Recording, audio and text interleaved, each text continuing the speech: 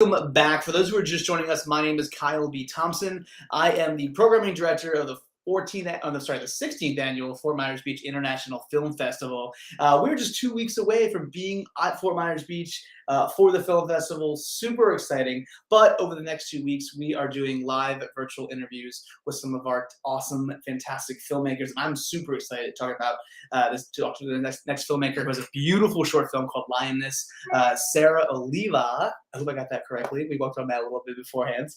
Is joining us. She's a local to the state of Florida. So let's bring her in. Hello. Hello. You pronounced it perfectly. I always get so nervous when I do the last names, and I'm like, right before we go live, I'm like, I'm gonna mess this up. But first off, hello. Thank you so much for joining us. Loved your film. Beautiful short film. Obviously, we don't want to give too much away, but my first sort of question for you is, tell us a little bit about you, actually, and sort of what inspired this film. I know you're the writer and producer of it, but tell us a little bit what inspired that film. Well, a couple of things. I'm the writer, producer, and actress in it. Sorry.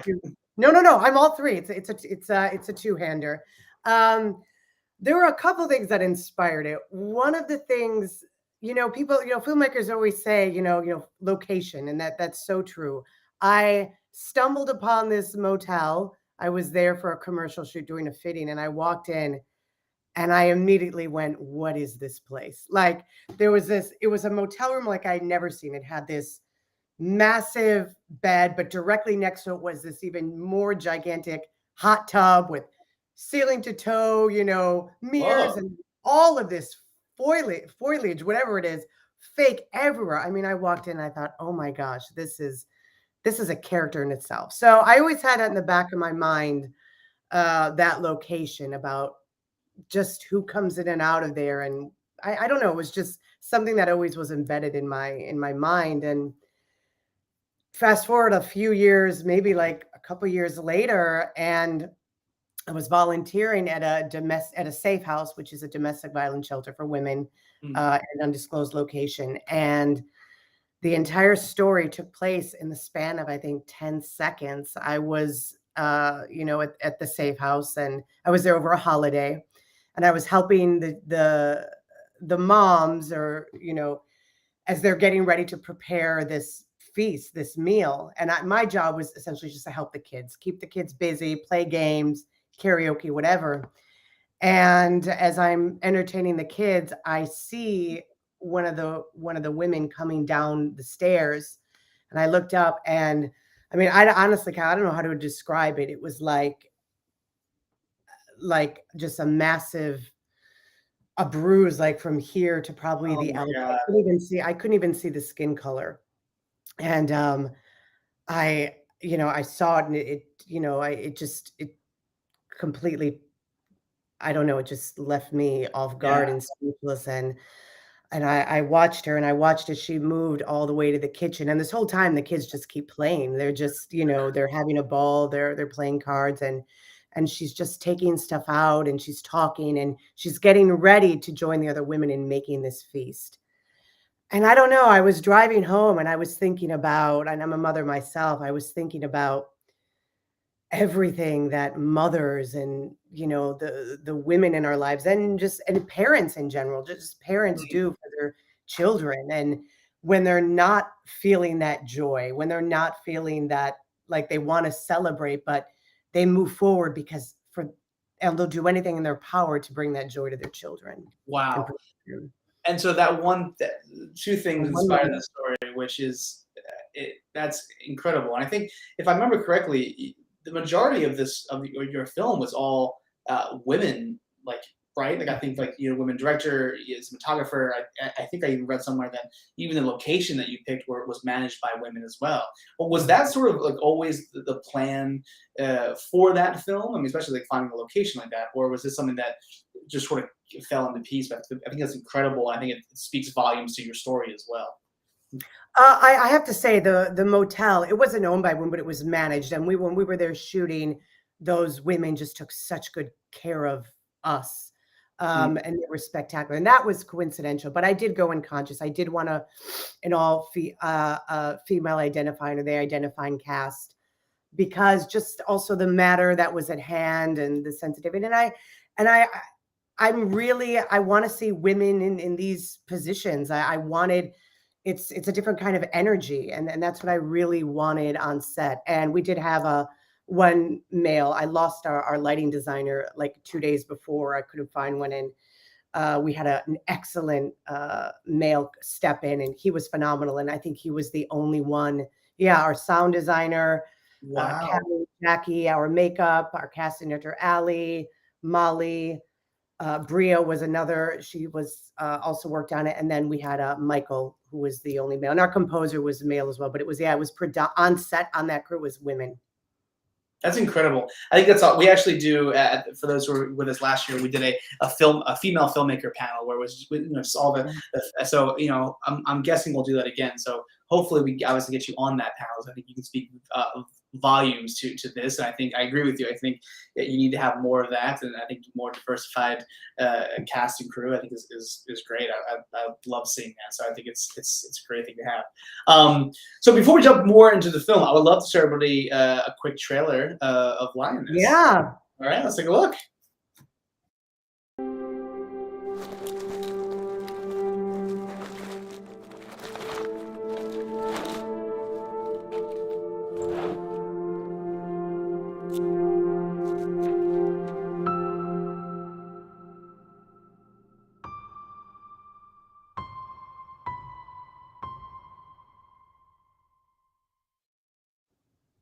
Which I think was really neat about that trailer is you guys were able to tell so much of the story without giving so much away.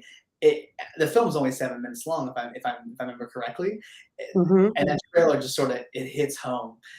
So Lioness guys plays April 28th at 7:30 and Saturday at 5:15. I also think it plays a third time too, if I'm not. There is. If I'm not mistaken correctly. I couldn't fit it in the little box down there. I am so excited. No, there is.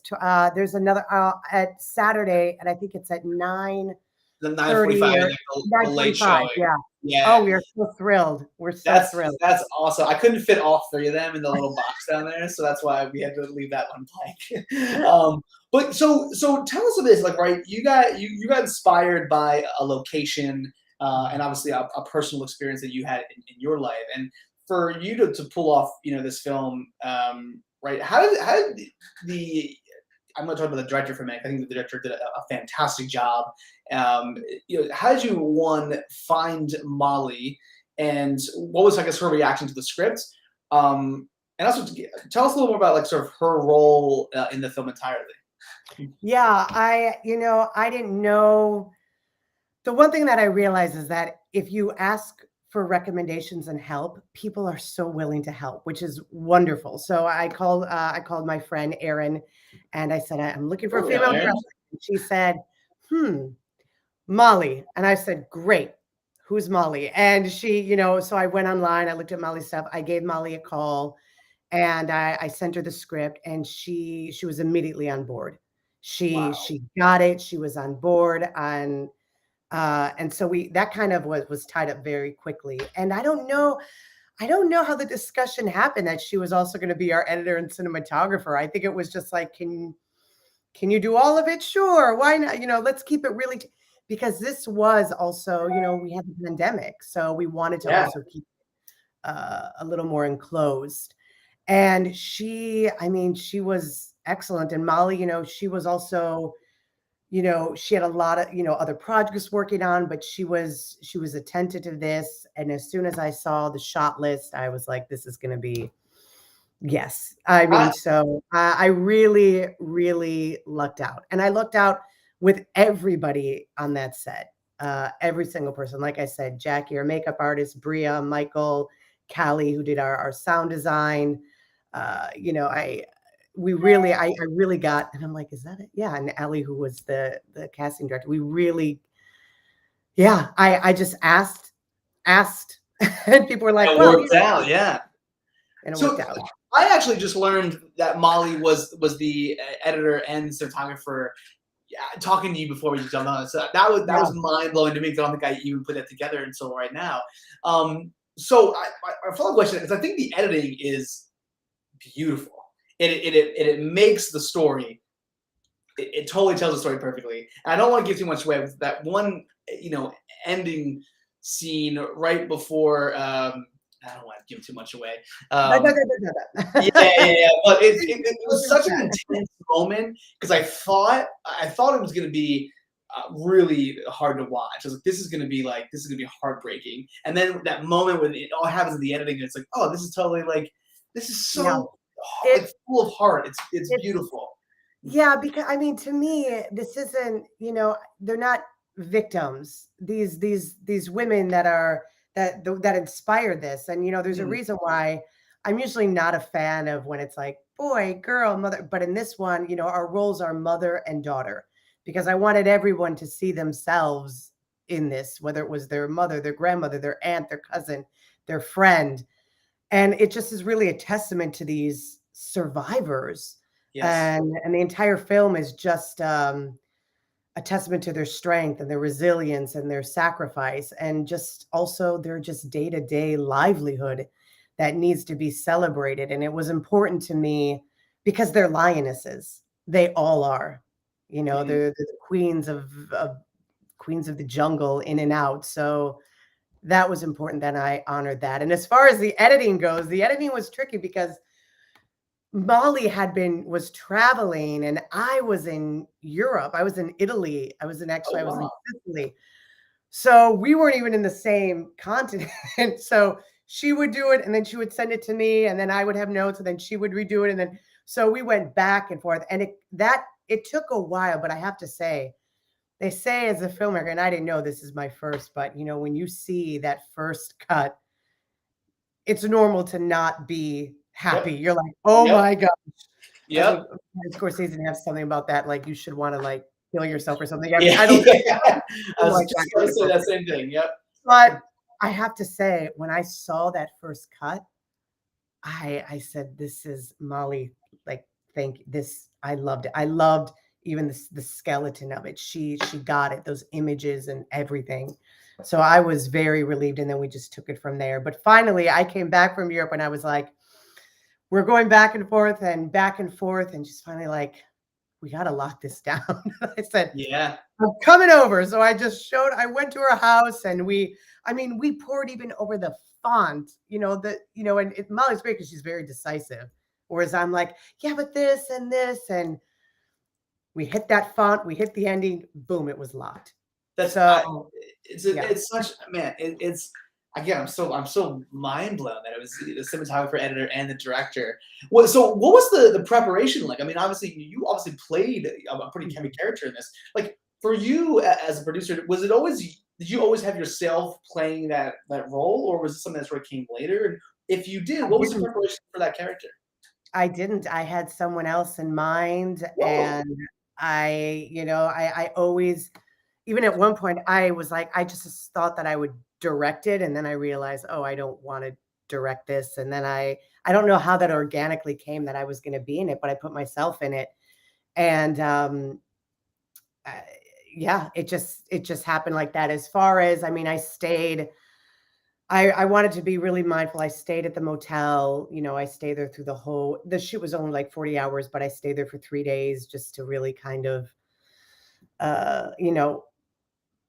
just kind of like feel that energy. And also I was the producer, so I had to take care of so many things. Like, as you can see, the props in there and like everything. I had to like, up until shooting, I was still just finding stuff and putting it in. But I really, before anything, I'm an actor. I'm a stage actor. That's what I've done my entire life. I've just done that. Oh my goodness. I am so sorry. Let me shut this off. Oh, it's okay. I am so sorry. Don't worry. A faux pas. Was it a phone? I didn't even hear it. Yes, okay. So let me shut it off. Okay. And yeah, so I just really kind of sat in that. And I don't know if you were going to ask about the other actress, my incredible, the little girl who played. I was about to ask that same question. How did you find her? Because working with kid actors, I know sometimes can be a challenge, and especially if there's different laws in place. But what was it like? Where did you find her? Did you know her prior to this? Did you work with her in a previous production, or did she come back? She was great. Molly. No way. This is what's so funny about this. I was adamant that it's a boy. I was like, this is going to be a boy. Oh, interesting. Adamant. And Molly from day one says, I know this really good this girl, I've worked with her. She's great. I was like, I'm sure she is, but I really want it to be, I don't know why I had it in my mind that it was a boy. And I started seeing, and I saw the boy is like really, really young. And Molly's like, oh, that might be a little too, young. And so, I saw a lot of kids, and I children. I'm a mom. So it's like, my heart just, I want to cast everyone because I Right. just, and they're all just, they're wonderful. They're wonderful, children. And I was like, okay, let me see Lily. And I Wow. saw the tape and I was like, that's it. And I just knew right then and there. There was just that chemistry thing, which is hard because I did not meet her till set because Oh, she no was in kidding. Tampa. She's in Tampa. Yeah. And she is just, she's doing incredible things. Right now, she's on the series We Crashed. She's playing Anne Hathaway and Jared Leto's oldest daughter. She was Whoa. Scenes from a Marriage with Jessica Chastain. I'm like, it's a good thing I got you now because I could have. Yeah. She's just taking off. She's so unbelievably talented and just such a joy. And she just brought so much vitality to it. So I'm just so, so grateful. It's just, we played a lot. There was a lot of play and it was great.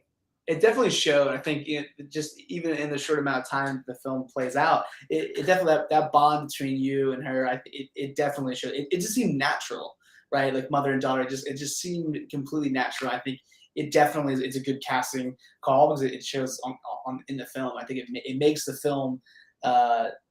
Especially at the end, where it makes that whole thing much more impactful, which I think is beautiful. So, really, really well done. So, I got two more questions for you, and before I let you go, did you have a sort of a goal behind this film? 'Cause it essentially has a little bit of it could have a message behind there.